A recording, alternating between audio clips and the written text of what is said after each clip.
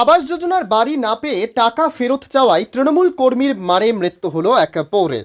টাকা দিয়েও মেলেনি আবাস যোজনার বাড়ি। টাকা ফেরত চাইতে গেলে তৃণমূল কর্মীর বেধড়ক মারে মৃত্যু হয় এক পৌরের। রবিবার সকালে ঘটনায় রঘুনাথগঞ্জের মিঠিপুরে চাঞ্চল্য ছড়ায়। মৃতের নাম কালু শেখ, বয়স 57। তার বাড়ি রঘুনাথগঞ্জ থানার মিঠিপুর গ্রাম পঞ্চায়েতের মুকুলপুরে। অভিযোগ, তৃণমূল কর্মী মিঠুন শেখ ওই পৌরকে বেধড়ক মারধর করে। স্থানীয়রা তাকে গুরুতর আহত অবস্থায় উদ্ধার করে প্রথমে জঙ্গিপুর মহকুমা হাসপাতালে ভর্তি করে। তড়িঘড়ি তাকে কলকাতা মেডিকেলে রেফার করা হয়। সেখানে চিকিৎসাধীন অবস্থায় রবিবার সকালে তার মৃত্যু হয়। কালু শেখের পরিবারের লোকজনের অভিযোগ, ওই তৃণমূল কর্মী তাকে আবাস যোজনায় বাড়ি পাইয়ে দেওয়ার কথা বলেন। তিনি সেজন্য ওই তৃণমূল কর্মীকে 2000 টাকা দেন। আবাস যোজনার তালিকা প্রকাশিত হলে দেখা যায় তাতে তার নাম নেই। শনিবার সন্ধ্যায় মুকুন্দপুর মোড়ে তিনি ওই কর্মীর কাছে টাকা চাইতে গেলে বচসা বাঁধে। অভিযোগ, তখনই তাকে বেধড়ক মেরে মাথা ফাটিয়ে দেওয়া হয়। তার কান দিয়ে রক্তপাত হয়। Bureau report, STV news. সময়ের সাথে সত্যের সন্ধানে।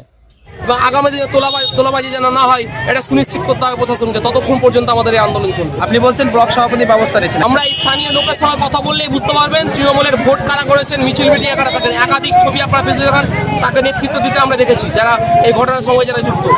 এখানকার যে কারা লুটপাট করেছেন, গত পঞ্চায়েত নির্বাচনে কারা তৃণমূল নেতৃত্ব এখনো পর্যন্ত যারা নেতৃত্ব দিচ্ছেন, এবং তৃণমূল মিউজিকের চেয়ার দল, এদের বিভিন্ন পদ পরিবর্তন হয়। পদ পরিবর্তন না হওয়া মানেই এর আগে যিনি ছিলেন তার নেতৃত্বে যখন তোলাবাজি হয়েছে, এখন যিনি নেতৃত্বে এসেছেন তিনি যদি অস্বীকার করেন এটা ভুল হবে। তৃণমূল নামের যারা তোলাবাজ তারাই গোটাই এলাকায় তোলাবাজি করছেন। সাধারণ মানুষকে জিজ্ঞাসা করলে আপনারা বুঝতে পারবেন যে তৃণমূলের পতাকা হাতে নিয়ে কীভাবে তোলাবাজি এলাকায় হয়েছে। পঞ্চায়েত নির্বাচনের আগে, গত পঞ্চায়েত নির্বাচনে কীভাবে গরিব মানুষের কাছ থেকে বাড়িতে নাম করে টাকা তোলা হয়েছে। আজকে গরিব মানুষ টাকা এই ফেরত চাইতে গিয়ে আক্রান্ত হতে হচ্ছে। মানুষ যিনি এই বাড়ির টাকা পাওয়ার আশা করে তৃণমূলের নেতাদের তোলাবাজির টাকা দিয়েছিলেন 2-3 বছর আগে, আজকে যখন দেখেছেন যে তার বাড়ির তালিকায় নাম নেই, যখন সে তৃণমূল নেতার কাছে টাকা ফেরত চাইতে যায় তখন তাকে পাল্টা মারধর করে, তাকে জানে বের হওয়ার চেষ্টা, এবং এখন তিনি মারা গেছেন। আমরা হসপিটালে ভর্তি করেছিলেন এখানকার স্থানীয় মানুষ। কলকাতা ট্রান্সফার যখন তিনি মারা গেছেন। তৃণমূলের এই যে রাজনীতি, গরিব মানুষের কাছ থেকে টাকা তোলাবাজি করা আর তোলাবাজির টাকা চাইলে পাল্টা তাকে মৃত্যুর মুখে ঠেলে দেওয়া, এই যে রাজনীতি, এই রাজনীতি আমরা ধিক্কার জানাচ্ছি। অবিলম্বে যারা এই ঘটনা ঘটিয়েছে তাদের গ্রেপ্তার করতে হবে। পুলিশ এখনো পর্যন্ত ব্যবস্থা নিচ্ছে না। আমরা পুলিশকে শুধুমাত্র আসামিদের শেল্টার দেওয়ার জন্য দেখছি, তার ব্যবস্থা নিতে দেখছি না। অবিলম্বে পুলিশ ব্যবস্থা নেই, না হলে এই আন্দোলন চলবে যেটা চলছে। আজকে তো আমাদের কর্মসূচি নয়, তবে দুঃখের বিষয় যে একজন সাধারণ পরিবারকে প্রাণ দিতে হলো। কেন?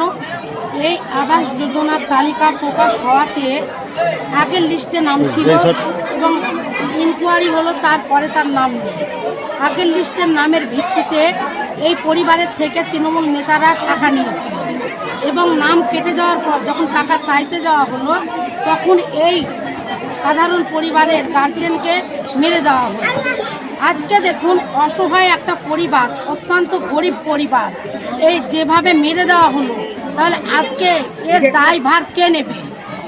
আমরা চাই যে এবং যারা এই কাজ করেছে, এই মার্ডার করেছে, খুন করেছে, তার দৃষ্টান্তমূলক শাস্তি হোক এবং তাকে গ্রেপ্তার করা হোক। যতক্ষণ গ্রেপ্তার না করবে আমরা এই পরিবারের পাশে আছি। আমরা অন্যায়ের বিরুদ্ধে আমাদের বিক্ষোভ চালিয়ে যাচ্ছি এবং আন্দোলন আমাদের চলবে। কি নাম আপনার? আপনার নাম কি? আমার নাম আমি রেশমি বিবি, রঘুনাথগঞ্জ মহিলা কংগ্রেস কমিটির সভানেত্রী এবং প্রদেশ কংগ্রেসের সদস্য।